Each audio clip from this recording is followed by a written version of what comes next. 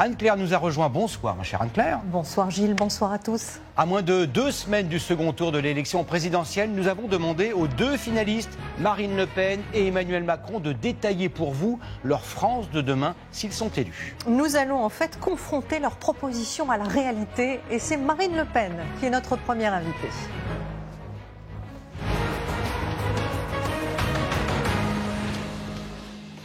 Bonsoir Marine Le Pen. Bonsoir. Il y a 48 heures, vous vous êtes qualifié pour le second tour et vous avez un point commun avec Emmanuel Macron. Si vous voulez être élu, vous allez devoir convaincre bien au-delà de votre camp. Vous allez devoir aller chercher de nouveaux électeurs. Est-ce que vous êtes prête à des aménagements, à des concessions dans votre programme ? Je pense que, bien entendu, vous le savez, je souhaite faire un gouvernement d'union nationale. Mais il ne faut pas que la cohérence globale de mon projet en soit perturbée. Pour une raison simple, c'est que je me présente à l'élection présidentielle. Alors bien entendu, vous voyez, cet après-midi, j'ai fait une grande conférence sur la démocratie. Et j'ai expliqué que je souhaitais un scrutin de type proportionnel pour que chaque Français puisse être entendu, respecté, représenté dans notre pays. Maintenant, les modalités de ce scrutin seront discutées au sein de l'Assemblée nationale. Et c'est normal, et c'est aussi une manière de rendre à l'Assemblée nationale un pouvoir qu'elle a probablement perdu dans les 5 dernières années. Alors dimanche soir, on a vu très clairement vos proches tendre la main aux électeurs de Jean-Luc Mélenchon. Il est pourtant censé être à l'opposé de l'échiquier politique. On a regardé vos programmes, il y a quand même des points communs sur le RIC, sur la retraite à 60 ans, sur la maîtrise des prix. Vous êtes proches ? Si vous voulez, moi, je voudrais dire aux électeurs de Jean-Luc Mélenchon que je suis extrêmement attaché à notre système de protection sociale, que j'ai évidemment le projet le plus protecteur. Alors que depuis 5 ans, Emmanuel Macron a mené une politique extrêmement dure, vraiment une politique de dureté à l'égard des plus modestes, et une politique de déconstruction, quoi qu'on en dise, de notre système de protection sociale, eh bien, je souhaite, moi, le préserver. Parce que je considère que le système de protection sociale, c'est le bien de ceux qui n'en ont pas. C'est le patrimoine de ceux qui n'en ont pas. Donc, en cela, avec évidemment le référendum d'initiative citoyenne, avec la proportionnelle, très certainement, un certain nombre d'électeurs de Jean-Luc Mélenchon peuvent être intéressés par cette protection que je leur offre et que je considère comme essentielle. Mais il y en a bien d'autres, car après tout, tous ceux qui n'ont pas voté Emmanuel Macron au premier tour peuvent se retrouver sur ma candidature. Et il y a 80% d'électeurs inscrits qui n'ont pas voté pour le président sortant. Marine Le Pen, l'un des points les plus clivants de votre programme, c'est l'Europe. Si vous êtes élue présidente de la République, est-ce que vous prenez l'engagement de ne pas quitter l'Union européenne ? Emmanuel Macron semble en douter. Écoutez-le, c'était cet après-midi. Bon, Madame Le Pen raconte, comme d'habitude, des carabistouilles. Pourquoi ? Elle explique qu'elle ne paiera pas la facture du club, qu'elle en changera les règles, mais qu'elle en changera les règles toute seule. Il y en a qui ont essayé, ils ont eu des problèmes. Ça veut dire qu'elle veut en sortir, mais qu'elle n'ose plus le dire. Vous n'osez plus le dire ? Mais non, mais ce que dit Emmanuel Macron est totalement faux. Enfin, je rappelle quand même que chaque année, les députés votent la contribution à l'Union européenne. Et par conséquent, je suis navré de dire que ça veut dire qu'il nous explique que les députés sont obligés de voter, qu'ils ne pourraient pas s'y opposer. Cette contribution, elle a été augmentée de 50% en 5 ans. Est-ce que c'est raisonnable ? Alors qu'il a déjà créé 600 milliards de dettes supplémentaires en 5 ans. Est-ce qu'il est raisonnable, alors qu'on demande aux gens de faire des efforts, de continuer à verser une contribution nette, je le rappelle, nette, car mon objectif n'est pas de baisser la contribution à l'Union européenne, mais de baisser la contribution nette. Elle est actuellement à 9 milliards. Je souhaiterais qu'elle soit à 4 milliards, ce qui est en réalité la moyenne de ce qu'elle était, cette contribution nette, sous Jacques Chirac. C'est raisonnable de faire des efforts. C'est la maîtrise des frontières. La maîtrise des frontières, très importante. Faire des efforts, après tout. Il n'y a pas de raison. La maîtrise des frontières que vous voulez retrouver. Qu'est-ce qui se passe si nos partenaires ne sont pas d'accord pour renégocier les accords de Schengen ? Vous restez, vous sortez. Qu'est-ce qui se passe si vous n'obtenez pas ce que vous voulez ? C'est peut-être là-dessus que vous n'êtes pas tout à fait clair. Non, mais je suis extrêmement clair. Retrouver la maîtrise de nos frontières, ça veut dire retrouver la maîtrise de l'immigration.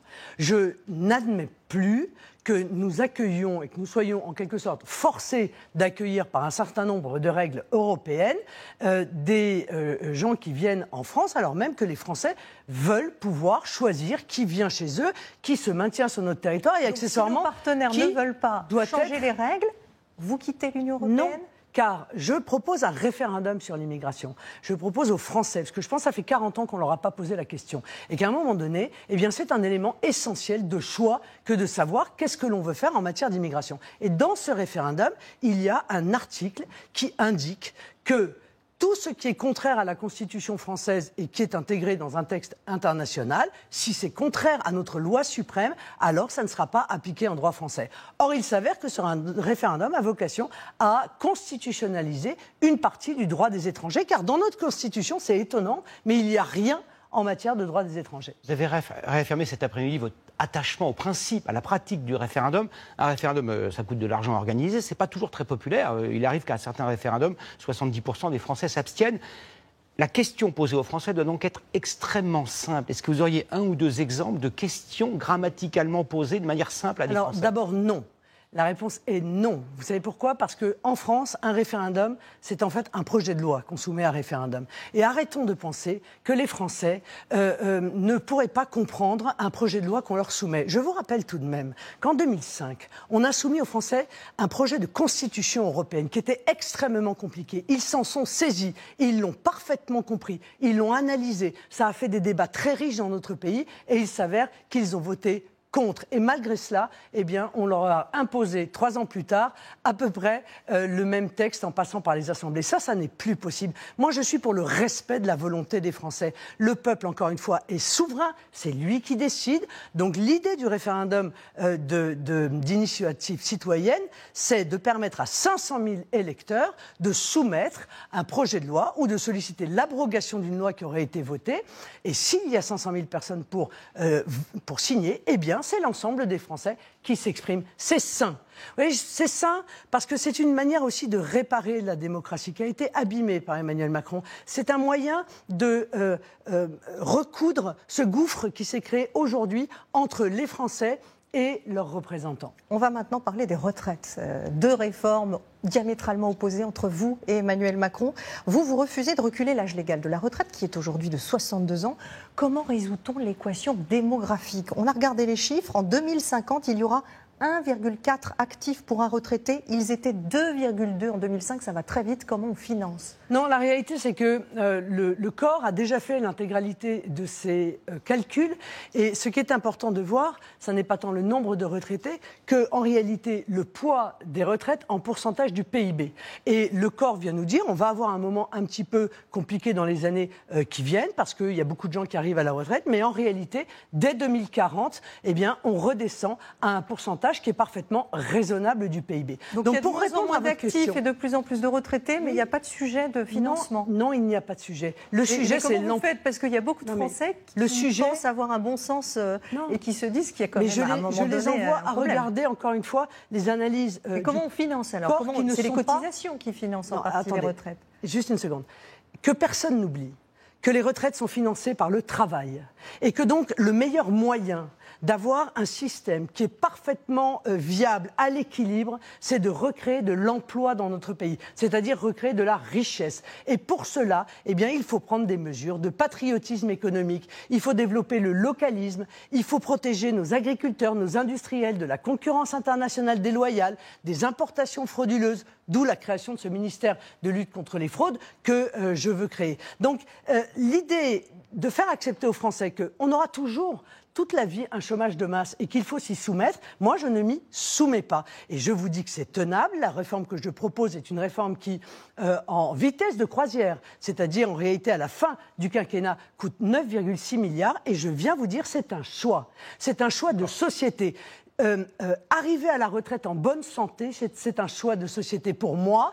Je crois que c'est le choix que veulent faire les Français. Et pour cela, il faut faire d'autres économies, notamment sur des dépenses que je considère comme inutiles ou nocives. Donc vous, Présidente, vous prenez l'engagement auprès des Français, vous ne cotiserez pas plus, vous ne travaillerez pas plus longtemps et vos pensions ne baisseront pas. Mais les pensions ne baisseront pas, bien entendu. Mais nous ne cotiserons pas plus, nous ne partirons pas plus tard. Elles baisseront avec une retraite à 65 ou à 64 ans. Pourquoi ? Parce que la plupart des gens, la moitié, d'ailleurs c'est pas la plupart, la moitié des gens aujourd'hui qui partent à 62,8 an, eh bien, la moitié sont au chômage.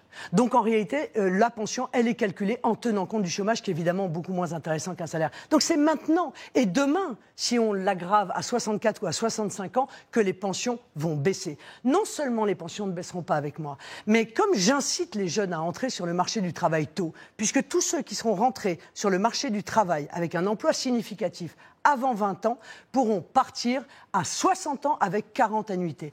Eh bien, cette incitation à augmenter le taux d'activité des jeunes, qui est très bas en France, qui est trop bas en France, 10 points de moins que la moyenne européenne, ça va précisément soutenir notre régime de retraite. Donc je dis à ceux qui ont peur pour leur retraite, c'est le modèle que je propose qui est susceptible d'assurer le montant de votre retraite, mais aussi d'assurer que vous puissiez en profiter.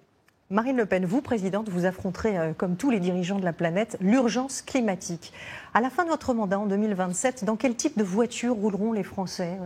Elles rouleront à l'essence, au diesel, Alors d'abord, il faudrait qu'ils puissent rouler. à l'électricité. Vous voyez, parce que pour l'instant, ils n'arrivent plus à rouler tellement c'est cher. Justement, la question d'affaire, est-ce qu'on roulera à la voiture thermique, voiture électrique ? Ça n'est pas un produit de luxe, le carburant, contrairement à ce que peut penser Emmanuel Macron, qui a quand même augmenté, je rappelle, les taxes sur le carburant 4 années de suite. Il faut accélérer le passage à l'électrique, par exemple, justement pour soulager les Français. Oui, mais d'accord, mais le tout électrique, c'est bien gentil, mais on n'a pas assez d'électricité. Vous voyez, donc c'est bien gentil de dire on va passer toutes les voitures en électrique, mais encore faut-il qu'on puisse produire assez d'électricité pour les faire rouler. Or, ça n'est pas le cas aujourd'hui. Donc moi, je crois à la transition douce, c'est-à-dire je crois qu'il faut faire une transition, mais il faut laisser le temps aux gens, parce qu'il y a des gens qui n'ont pas les moyens de changer de véhicule, et on voit bien que le problème du pouvoir d'achat est si important aujourd'hui que leur proposer de changer de voiture pour avoir une voiture électrique ou pour avoir une voiture d'un autre type, c'est quasiment, pour beaucoup d'entre eux, impossible. Donc ne les punissons pas de cela, laissons-les utiliser leur voiture parce qu'ils n'ont pas la capacité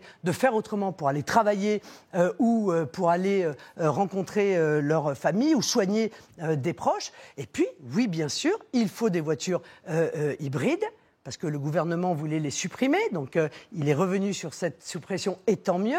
Il faut bien entendu des voitures électriques. Il faut demain s'appuyer sur l'hydrogène, car pour les transports lourds, les bus... Après-demain. Oui, peut-être après-demain. Mais je veux dire, moi, je suis pour le progrès. Je pense que c'est la technologie qui, en réalité, répondra aux défis qui sont les défis climatiques. Mais n'envisageons pas tout cela de manière idéologique en punissant des gens qui n'y sont pour rien et qui, aujourd'hui, n'ont pas la capacité de répondre aux exigences de certains.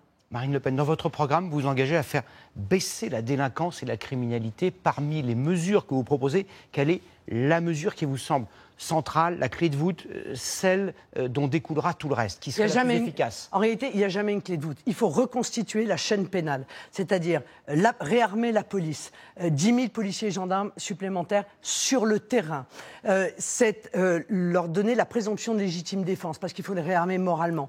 C'est évidemment renforcer la justice. Il faut engager le chantier du doublement du nombre de magistrats dans notre pays. Nous avons un nombre de magistrats qui est extrêmement bas par rapport... Pour former un magistrat. Oui, non, pas tout à fait, car il y a la possibilité de faire des embauches, notamment au tour extérieur, des anciens policiers, des anciens commissaires de police, des anciens avocats, après tout, pourquoi pas. Et donc, vous avez raison, ça met du temps, c'est pour ça que je vous dis engager ce chantier, mais l'objectif, c'est le doublement du nombre de magistrats. Et puis, il y a la pénitentiaire. Et là, je suis désolée, mais il faut que les gens qui n'ont rien à faire dans notre pays repartent chez eux. C'est la raison pour laquelle je pense qu'il faut à tout prix renvoyer les délinquants et les criminels étrangers dans leur pays d'origine. Il n'y a aucune raison de les conserver sur le territoire. Pour le reste, la prison, la sévérité justement des peines est aussi en cause. On voit bien les Français. Vous avez une mesure intéressante. Vous voulez faire appliquer toutes les courtes peines de prison. Ça veut dire créer évidemment des places en plus. Ça veut dire que pour vous, la réponse, elle est carcérale. Elle n'est pas pour les courtes peines. La réinsertion, les activités, les prisons. Le problème, non, c'est une question. Mais je vous dis, en réalité, le problème, c'est qu'il n'y a plus de courte peine. Parce que depuis des années, on a considéré qu'avant 6 mois de peine de prison ferme, puis maintenant, avant 1 an de peine de prison ferme, en fait, vous ne faites pas de prison. Donc vous avez des peines alternatives, des bracelets, des tiges, des je ne sais quoi d'autre, mais il n'y a plus de courte peine. Et je pense que c'est une erreur. Aux Pays-Bas, ils ont pris une philosophie inverse. Ils ont dit mieux vaut faire une peine d'1 semaine plutôt que de condamner à une peine d'1 an de prison ferme qu'en réalité, la personne ne fera jamais. Parce que, évidemment, ça crée un sentiment d'impunité. Et c'est très mauvais, le sentiment d'impunité en matière pénale. Donc, c'est un changement de paradigme que je veux mettre en œuvre. C'est pas que je suis absolument une fan de la prison, c'est que je considère que la sanction, quand elle est sûre, quand elle est réelle et quand elle est appliquée, elle est efficace. Avec la pandémie, tous les Français se sont aperçus avec surprise que certaines productions avaient disparu de notre territoire. Plus de masques, plus de paracétamol, pas de vaccin. Oui. Vous, présidente, si la pandémie, ce qu'à Dieu ne plaise, revient un jour, il y aura assez de masques, des usines pour fabriquer des médicaments et des vaccins made in France. C'est-à-dire qu'en réalité, que ce soit la pandémie ou que ce soit toutes les crises que nous avons vécues, et la dernière, c'est la guerre en Ukraine, on se rend compte qu'on est dépendant. On est dépendant de tout. Parce qu'on a tout laissé délocaliser, parce qu'on a considéré que l'économie du flux tendu, c'était merveilleux, et on s'aperçoit que dès qu'il y a un grain de sable dans la machine, on se retrouve quasiment à l'arrêt. Donc oui, il y a des domaines qui sont fondamentaux dans lesquels il faut que nous retrouvions notre indépendance. Vous savez, j'étais hier avec un agriculteur. Bon, cet agriculteur, il me dit je n'arrive pas à remplir ma cuve de gaz, il n'y a pas de gaz, les camions passent plus. Il me dit j'ai de l'engrais, là, il m'en reste encore un peu, mais je vais être obligé de rationner, donc ne pas utiliser l'engrais, parce que, eh bien, Emmanuel Macron a laissé fermer Maxamtam, qui était une usine d'engrais à Mazingarbe, par exemple, un exemple parmi tant d'autres. On n'a pas réfléchi à la nécessité absolue d'avoir dans notre pays les moyens d'être indépendants sur des sujets essentiels.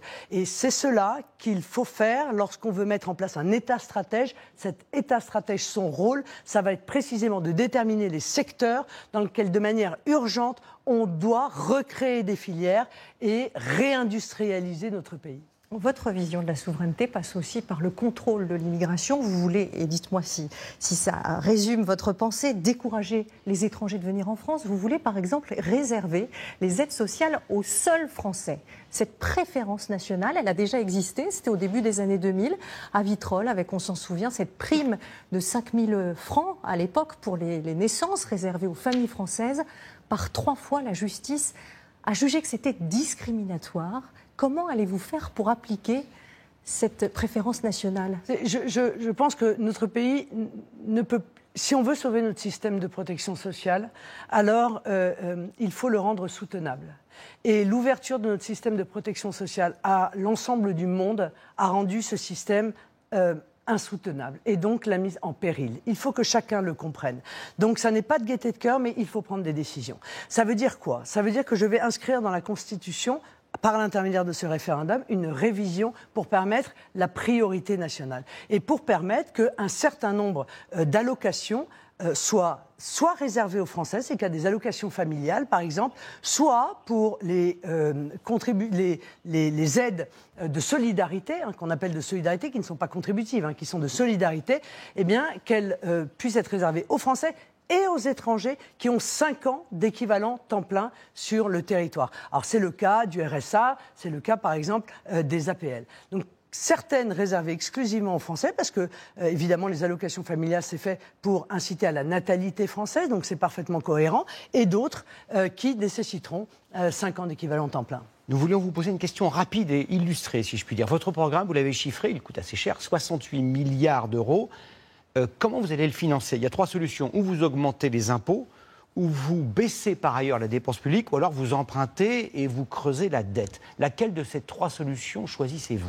Eh bien, je baisse les mauvaises dépenses publiques. C'est-à-dire que je fais des économies sur l'immigration, je fais des économies sur les fraudes, avec notamment immédiatement la mise en œuvre d'une carte vitale biométrique qui devrait être en place depuis 10 ans et qui éviterait des mauvaises surprises. Et puis, je fais des économies sur la mauvaise gestion de l'État. Je veux dire, les cabinets de conseil étrangers, je suis désolé, mais on peut éventuellement les utiliser de temps en temps, mais il ne faut pas que ça devienne systématiquement en remplacement de notre fonction publique, de nos fonctionnaires qui sont très compétents pour le faire. Enfin, ça a coûté 1 milliard, pas 68 milliards. D'accord, mais vous avez raison. Mais vous avez raison. Mais par exemple, il y a 1200 agences d'État. Est-ce que vous croyez qu'on ne peut pas obtenir une baisse de 10% de leur fonctionnement ? Rien que les ARS que je souhaite supprimer et qui ont démontré leur incompétence totale pendant la crise du Covid, eh bien, mériteraient d'être supprimés. Voilà, encore une fois, des économies